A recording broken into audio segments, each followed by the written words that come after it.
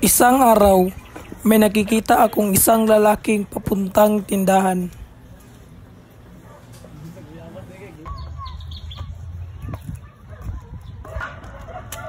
At di ko akalain na sigarilyo palang bilhin niya.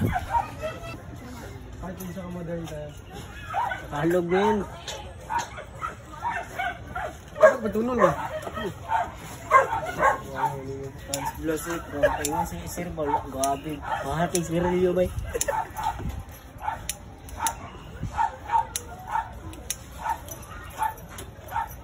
Kaya noon, nadugay ko ng dagkatan.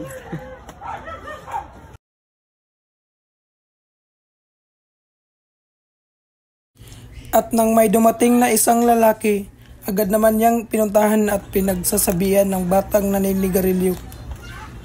Ay bata, alam mo bang hindi yan pwede sa'yo? Kasi na-edad ka pa. Bakit sino ka ba para magbawal sa'yo? Ikaw ba magulang ko? Paalis na nga dito.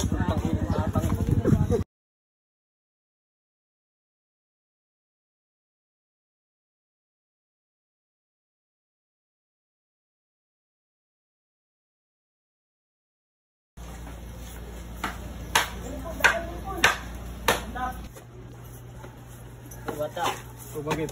ba't ka nagagalit? Sasabihan lang kita. Bakit sino ka ba para magsabi sa akin? Hindi naman ikaw magulang ko. Wala kang paki dun. Kahit na, Bakit ba? sasabihan kita. Para lang yan sa kinabukasan mo.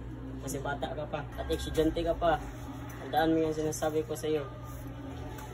Okay lang yan kuya. Wala kang paki dun.